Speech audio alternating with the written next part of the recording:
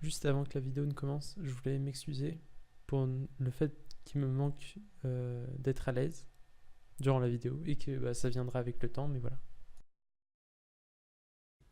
Alors bienvenue tout le monde, c'est Vincent et aujourd'hui on va parler d'un nouveau format finalement, d'un format tout court en fait, qui serait plus podcast si on peut dire ça comme ça, où on va essayer d'expliquer des théories développées par des auteurs ou n'importe quoi finalement, et réfléchir dessus vite fait, très rapidement. Donc cette première vidéo c'est plus un test que réellement quelque chose d'intéressant. On va quand même essayer de développer une théorie qui s'appelle la théorie de l'efficacité personnelle perçue, qui est assez vieille mais moderne, et on va en voir ce que l'auteur pense, vite fait. Voilà. Donc d'abord, vu que c'est une théorie sur le comportement, on va définir ce qu'on appelle le comportement.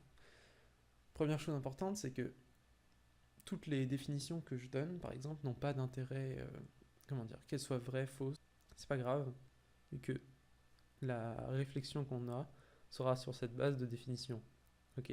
Donc, du moment qu'on a la même définition, on peut réfléchir ensemble. Donc, le comportement, ça part donc de l'environnement. Donc, je dessine un arbre, mais c'est pas forcément la nature, c'est tout ce qui va être du paysage, du social, n'importe quoi, de l'économique, tout ce qui est externe à nous finalement. Et cet environnement va nous envoyer donc des stimulus, qu'on va appeler donc stimuli, voilà. Et nous, on va percevoir ces stimulus, oui, on va les percevoir. Et le comportement, c'est notre fonction adaptative à ces stimulus, donc notre réponse en fait. Donc notre réponse égale le comportement en fait. C'est-à-dire comment on va changer, comment on va s'adapter au stimulus qu'on a perçu. Voilà. Donc ça, c'était le premier point qu'il fallait définir. Et ensuite, puisque dit l'auteur, c'est qu'on a trois réponses principales, non, même trois réponses, trois axes de réponse, ok, qui sont cognitives. Donc ça, c'est la numéro 1, cognitive. Les cognitives, ça va être les réponses intérieures. Donc par exemple, la création d'une image dans notre cerveau, finalement, dans notre esprit. Pardon, je ne dis pas que le cerveau égale l'esprit, mais tout ce qu'on va s'imaginer va faire partie donc de notre cognition, et c'est une réponse au stimulus extérieur. Par exemple, si on a faim et qu'on perçoit de la viande, eh bien ce serait une réponse cognitive. Okay. La deuxième, c'est la motrice. La motrice, ça va être une réponse qui est externe et observable. Donc par exemple, le fait de manger quand on a faim. Et là, c'est plus dans le cerveau en fait.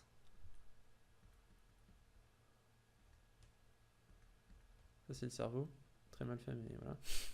Le deuxième, ça va être le fait de manger. Donc par exemple, on a dit ça peut être une pomme, hein, ça peut être une pomme, je veux dire, on va représenter par une pomme. L'idée, c'est d'avoir une réponse externe au stimulus. Et on a les réponses physiologiques, qui sont aussi externes finalement, mais qui sont en rapport avec notre corps. Donc par exemple, ça pourrait être en situation de danger, une augmentation du rythme cardiaque, quoi. Ça, ce serait donc les trois réponses qu'on aurait au stimulus extérieur. Voilà. Ensuite, par rapport au comportement de santé, du coup, ça va être tous ces comportements, mais qui influent directement sur la santé. Et on peut les diviser finalement en plusieurs catégories. Donc, une des premières divisions, ça va être les comportements qui sont pathogènes et les comportements qui sont immunogènes. Voilà. On va donner un exemple de chaque. Les comportements pathogènes, c'est ceux qui altèrent notre santé, mais pas forcément directement comme on pourrait le croire. C'est-à-dire, Par exemple, la cigarette peut être un comportement pathogène parce que il va altérer notre santé. Il va créer par exemple des maladies respiratoires, etc., favoriser le cancer. Donc, donc sur le plan de la santé, ce sera un comportement pathogène. Mais par contre, elle peut également être immunogène, puisque imaginons que on est en dépression, voilà, on est en dépression, et la cigarette nous aide à aller mieux. Et si on fait une sommation des avantages et des désavantages de la cigarette dans ce cas-là, et que les avantages sont supérieurs aux désavantages, alors ce serait un comportement immunogène. Donc ça, c'est l'une des premières divisions, mais on peut diviser ça de différentes manières. Une autre manière, ce serait les comportements qui seraient adaptatifs. Voilà. Et maladaptatifs.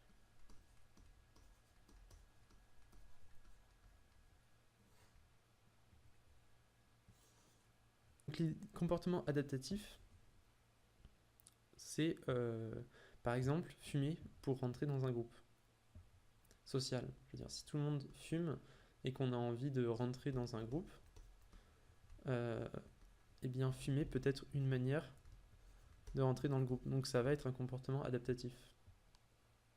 Et maladaptatif, ben, c'est exactement l'inverse. Ce serait par exemple de fumer alors que le groupe ne fume pas et que ça va nous entraîner une moins forte adhésion au groupe. Voilà. Donc ça, c'est donc toutes les divisions qu'on peut faire.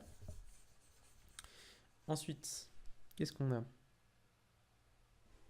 Donc à partir de cette définition et cette division du comportement, on a plusieurs théories qui naissent. Et celle qu'on va étudier notamment, ce sera l'efficacité personnelle perçue de Bandura. Donc pour lui, les comportements de santé sont affectés par deux croyances qui sont d'abord la croyance en l'efficacité du comportement. Voilà. C'est-à-dire, est-ce que le comportement marche ? Est-ce que je crois que le comportement va marcher ? Par exemple, selon cette théorie, on aurait davantage des meilleurs résultats si on croit que le comportement, est bien le comportement adaptatif pour résoudre le dysfonctionnement de santé. Donc par exemple, imaginons qu'on soit en surpoids et qu'on veuille atteindre un poids normal et qu'on croit en l'efficacité du sport pour perdre du poids, alors on aura de meilleurs résultats en faisant du sport pour perdre du poids. Donc ça, c'est le premier point. Et le deuxième point, ça va être la croyance de l'efficacité personnelle. C'est-à-dire la croyance en soi-même quant à l'adoption du comportement précis. C'est-à-dire, si on prend le même exemple pour le sport, eh bien, la personne qui va croire en sa capacité à tenir un comportement sportif pendant longtemps et de manière intense aura de meilleurs résultats que la personne qui ne croit pas en sa capacité à faire du sport sur le long terme, etc. Donc ça paraît assez logique, mais voilà, il faut le préciser. On peut dire finalement qu'en fait c'est une sorte d'auto-évaluation du comportement par la personne, puisque c'est que basé sur les croyances de la personne. Donc c'est interne finalement. Après, ces croyances sont basées sur différents principes, différents facteurs déterminants qui vont changer nos croyances. Et l'auteur en donne quatre qui sont pour lui les axes principaux qu'on a. Donc on va les faire tous. Hop là. On a l'expérience.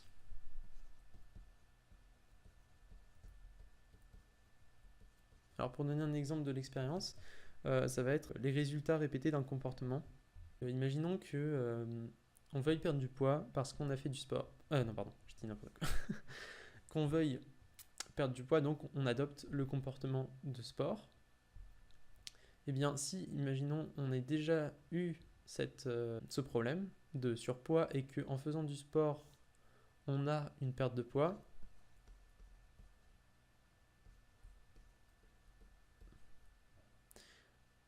non, pardon, je dis n'importe quoi.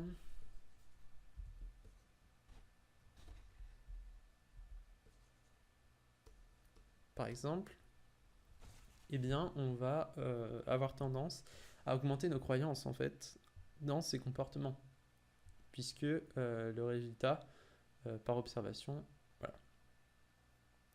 Et également, ce qu'il faut dire, c'est que cette expérience, ces résultats sont assimilables par association à d'autres domaines. Donc plus le domaine sera proche, plus ce sera facile d'associer les idées entre elles. Par exemple, imaginons que, par exemple, le judo qui demande une certaine discipline,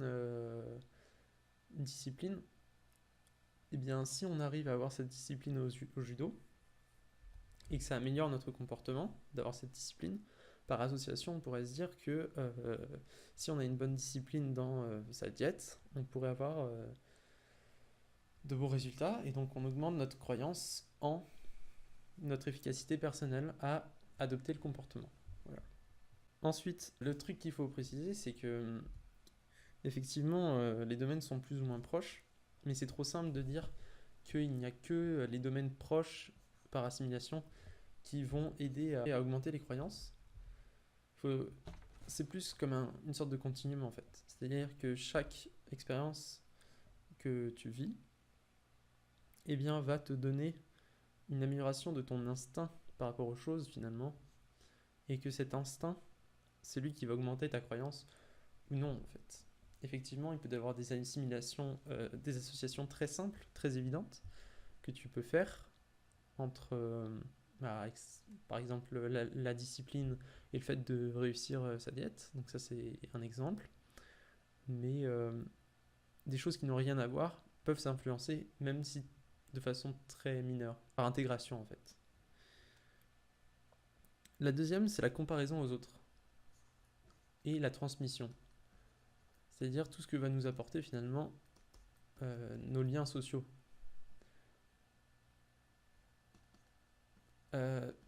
Donc par comparaison, c'est très simple, c'est de dire je vais à la salle et toutes les personnes qui vont à la salle ont des résultats comme gain de muscle par exemple. Eh bien, on va se dire que si nous allons à la salle, nous allons avoir les mêmes résultats finalement. Donc ça rejoint un peu le premier point, mais vis-à-vis des autres, en prenant l'expérience des autres. Et la transmission, ce serait plus que quelqu'un qui soit allé à la salle te dise qu'il a eu des résultats en allant à la salle, et que la salle est donc un moyen d'avoir des résultats. Eh bien, là, on sera dans la transmission. Ensuite, nous avons les influences sociales et émotionnelles. Alors, je les renomme parce que je trouve ça... C'était assez compliqué, enfin, c'était pas très... Si, c'était clair, mais c'était assez long comment c'était expliqué. Donc, les influences sociales et émotionnelles.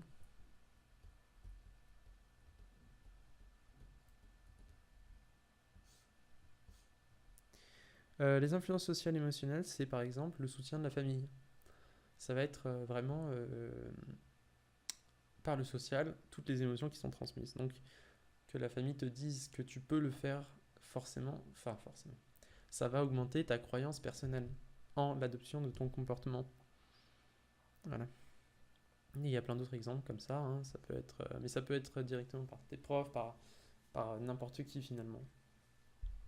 Et le dernier point, ça va être les états physiologiques et émotionnels qui permettent d'évaluer sa capacité face au dysfonctionnement. Donc on va mettre état physio plus émotionnel. Donc en fait, on va le prendre comme information.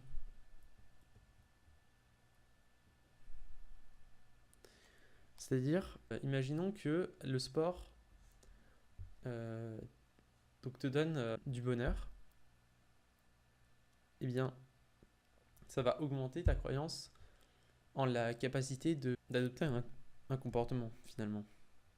Voilà, par récompense.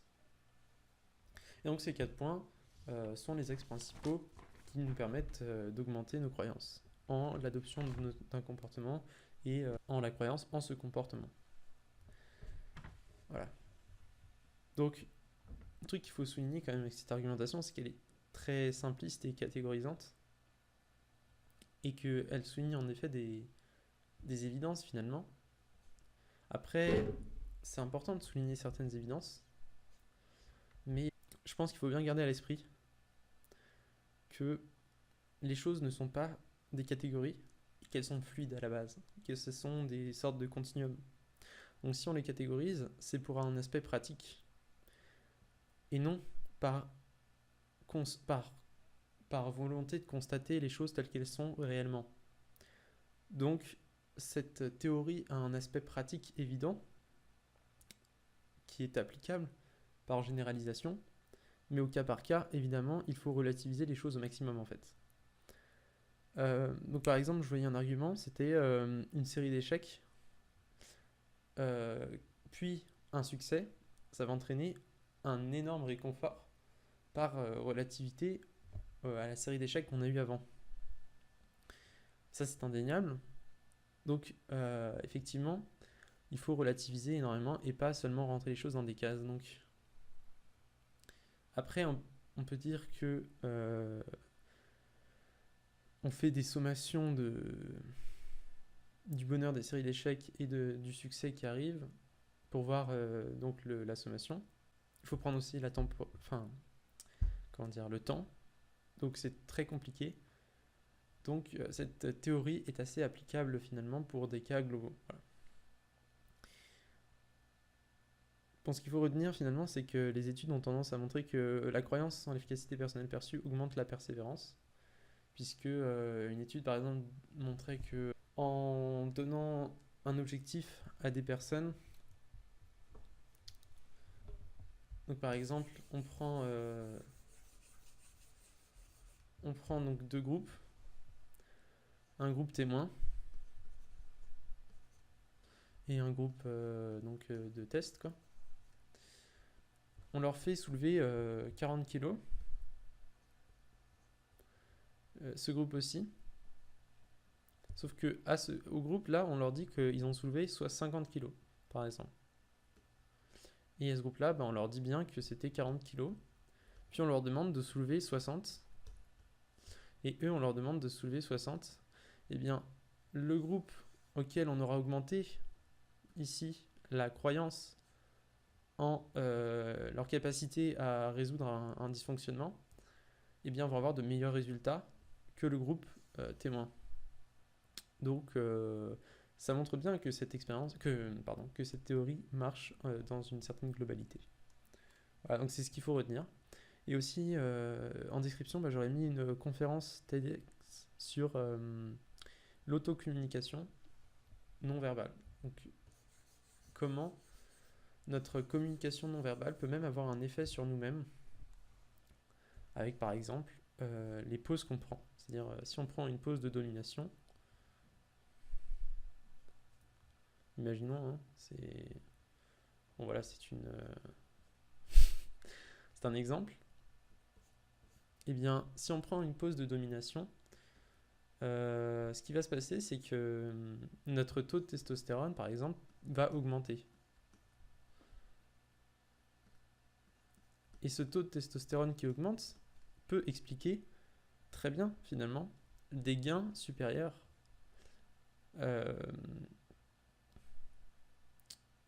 dans... comment on appelle ça ? Bon, des gains supérieurs, par exemple en développement de masse musculaire. Voilà. Mais ce qu'il faut comprendre aussi, c'est que le problème de ce résultat, c'est que ça pourrait très bien être une espèce de corrélation finalement. Si vous voulez. Vous voyez ce que je veux dire ? C'est-à-dire que ce ne serait pas la croyance ce ne serait pas les croyances qui augmenteraient directement le gain.